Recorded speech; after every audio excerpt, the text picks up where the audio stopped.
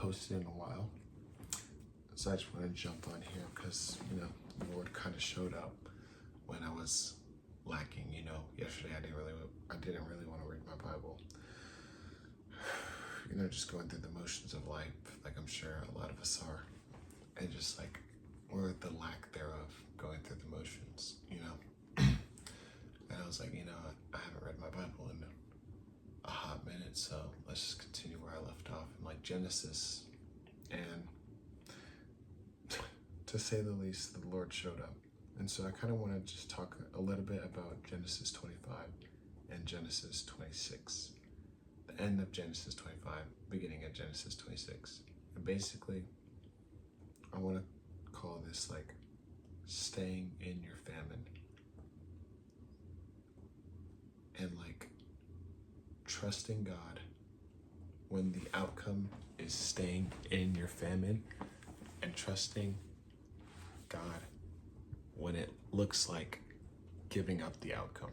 I saw this thing on TikTok a few months back where it's like a lot of people say like, I trust in God, or I trust in God, or I have faith in God. But what they're really saying is, I trust in God that He will fill in the blank. Or I have faith in God that He will fill in the blank. And now necessarily that isn't wrong, It's good that like I trust God that He will heal my family member or whatever. But like when it comes to your life, right, and you're like, man, I trust God that I will get into this prestigious school, and I would trust God that I will do this, But like I think true freedom and true joy comes from surrendering the outcome. And that's what I wanted to talk about. So I wanted to also provide a little bit of context and something that confused me when I was reading this my entire life up until yesterday, which is why this was so insane that like I looked this up. So at the end of Genesis 25, if you're familiar with the Bible, you might know about this a little bit. It's the story of Jacob and Esau. Up until this point, it's been like the creation of the world, then Noah, then the generations up to Abraham, which was Abram, now Abraham. The Lord gave His promise to Abraham, told him to, go away, give him a promise, many generations, have many kids, the covenant and all that stuff. One of his kids, the promised kids, Isaac, told him to sacrifice Isaac, and that's what my last video was about, probably like almost a year ago, which is kind of crazy. But that leads us up to this point. Isaac got a wife, Rebecca, from far off land, I think it was Canaan. And it was kind of cool because the servant was like, oh Lord, show me if this is the one, basically. And she'll do this, and she did that and that and that. And so now we're here. Isaac and Rebecca have 2 sons, twins. Esau is the one that came out first. So he's the firstborn. And then Jacob, who held his heel on his way out.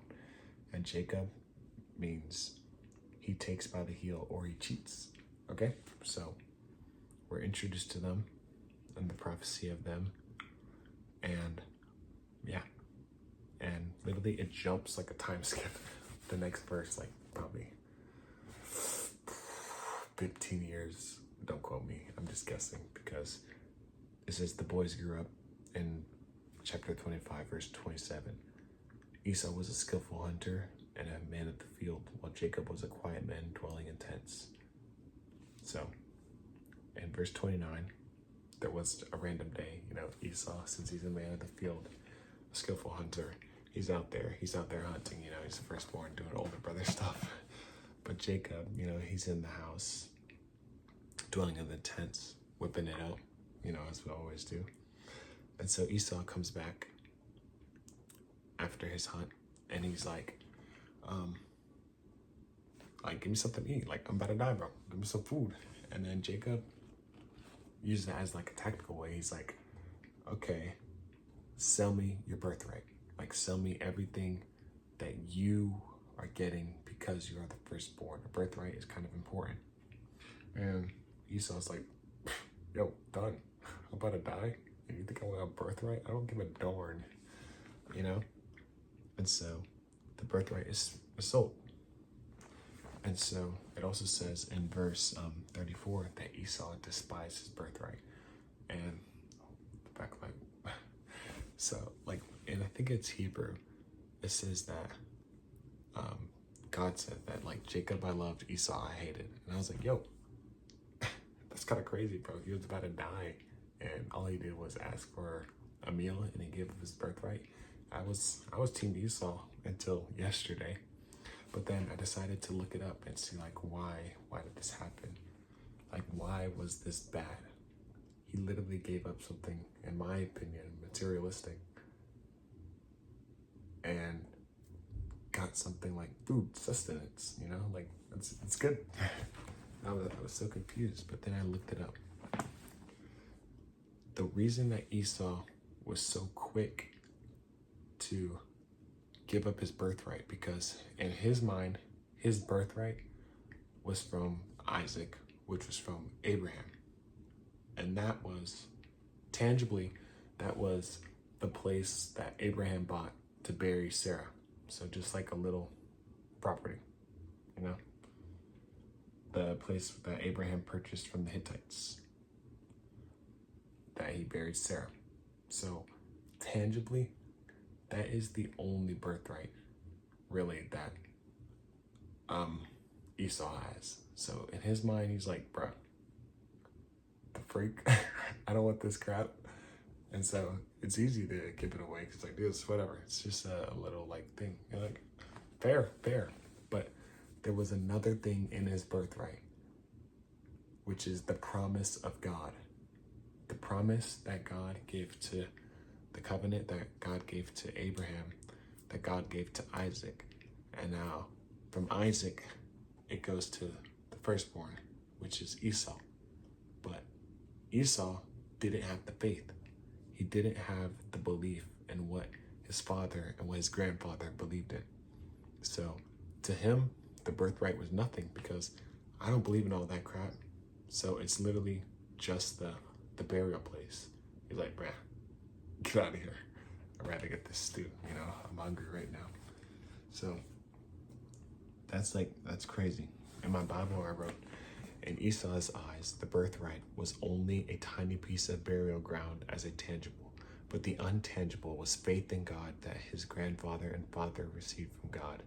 So giving up nothing was easy because there was no land, money, or etc.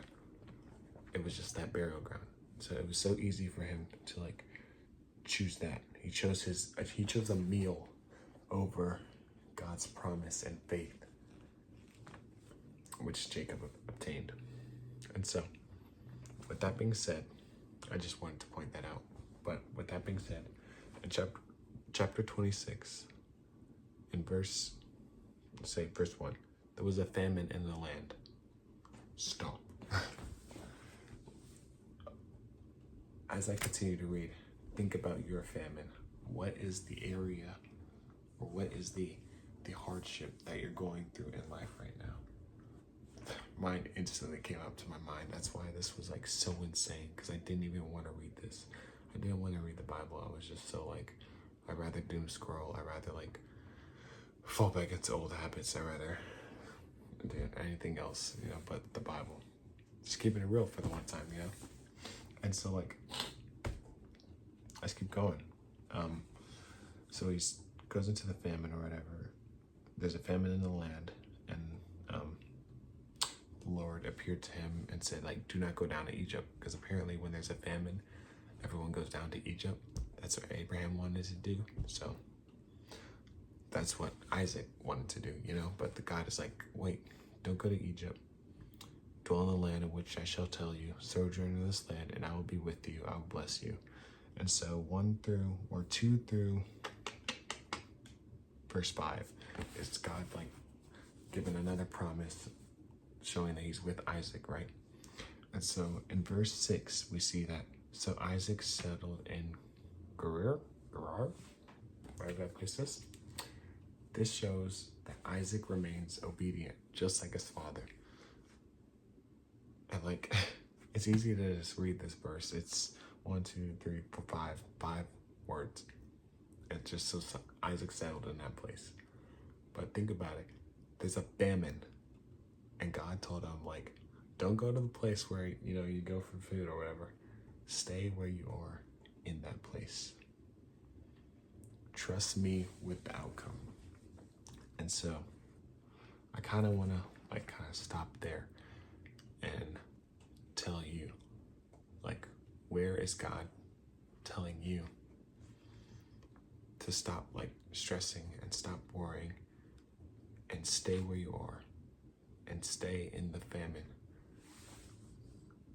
because he's with you, And like sometimes we ask God to be delivered from like moments in our life and circumstances in our life.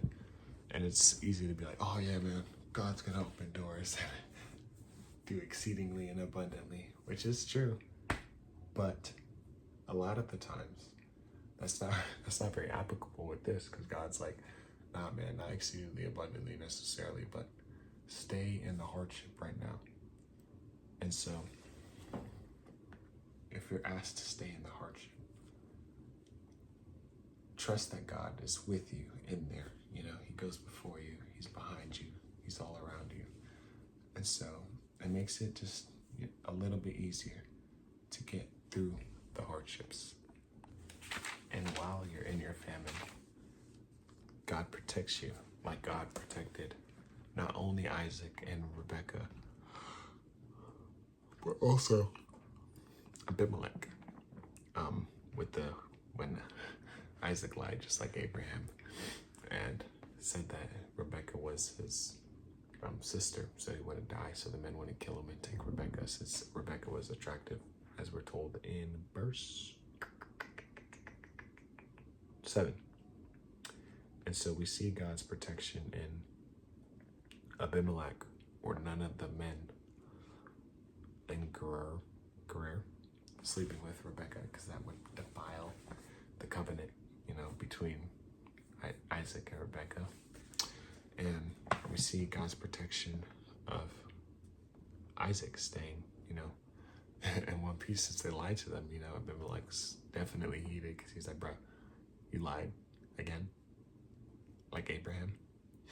And so the Lord is just is in there, is in your famine with you, and he's the source of life. And even in here, Isaac is also blessed, so much so that like Abimelech, Loki gets scared and like kicks him out of there. But I just want to encourage you, or I hope that encourages you, that like sometimes the Lord calls us to stay in our famine, in the places we don't want to be in the places that, like, I don't know, it could be a physical place, like a job or a school, or I don't know, a friendship or something like that. I don't know, honestly. I can't tell you like exactly what it is, but the Lord has been like kind of putting this on my heart, and I pray that like it resonates with someone. And so yeah, have a good one.